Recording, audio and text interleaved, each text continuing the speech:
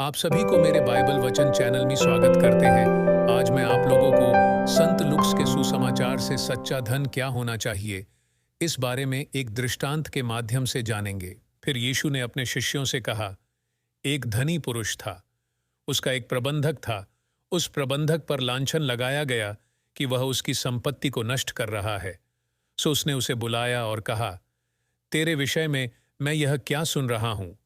अपने प्रबंध का लेखा जोखा दे, क्योंकि अब आगे तू प्रबंधक नहीं रह सकता।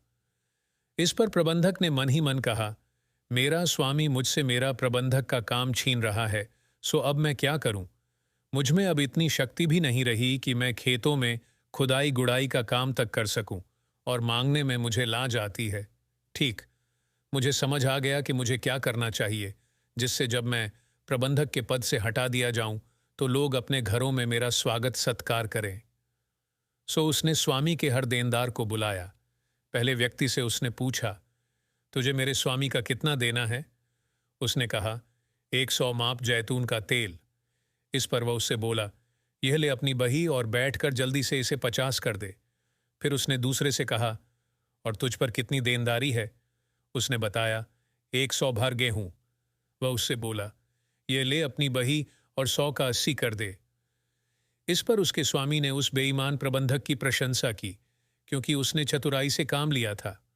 सांसारिक व्यक्ति अपने जैसे व्यक्तियों से व्यवहार करने में आध्यात्मिक व्यक्तियों से अधिक चतुर है। मैं तुमसे कहता हूं, सांसारिक धन संपत्ति से अपने लिए मित्र बनाओ, क्योंकि जब धन संपत्ति समाप्त हो जाएगी, वे अनंत निवास में तुम्हारा स्वागत करेंगे।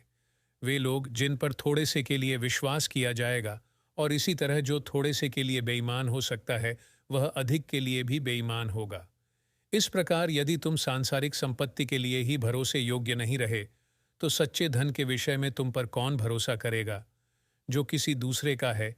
यदि तुम उसके लिए विश्वास के पात्र नहीं रहे, तो जो तुम्हारा है उसे तुम्हें कौन देगा? समाचार दूरदर्शिता की ओर हमारा ध्यान आकर्षित करता है। इस दृष्टांत में यीशु बेईमान कारिंदा की बेईमानी को नहीं, उनकी सोच, उनकी दूरदर्शिता को दर्शाते हैं।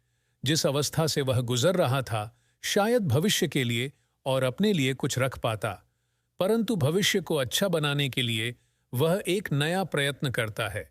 उसी प्रकार सुसमाचार द्वारा इंगित किया जाता है कि यदि संसारिक सुख के लिए एक व्यक्ति इतना कुछ कर सकता है, तो ईश्वर की संतान होने के नाते आध्यात्मिक भलाई के लिए हमें भी कुछ आवश्यक चीजों पर अपना ध्यान केंद्रित करना होगा।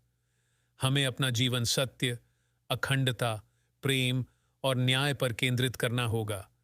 हमारा कर्तव्य है कि ईश्वर की संगति में हम कार्य करें और उनके राज्य को धरा पर लाने में सक्षम सिद्ध हो सके।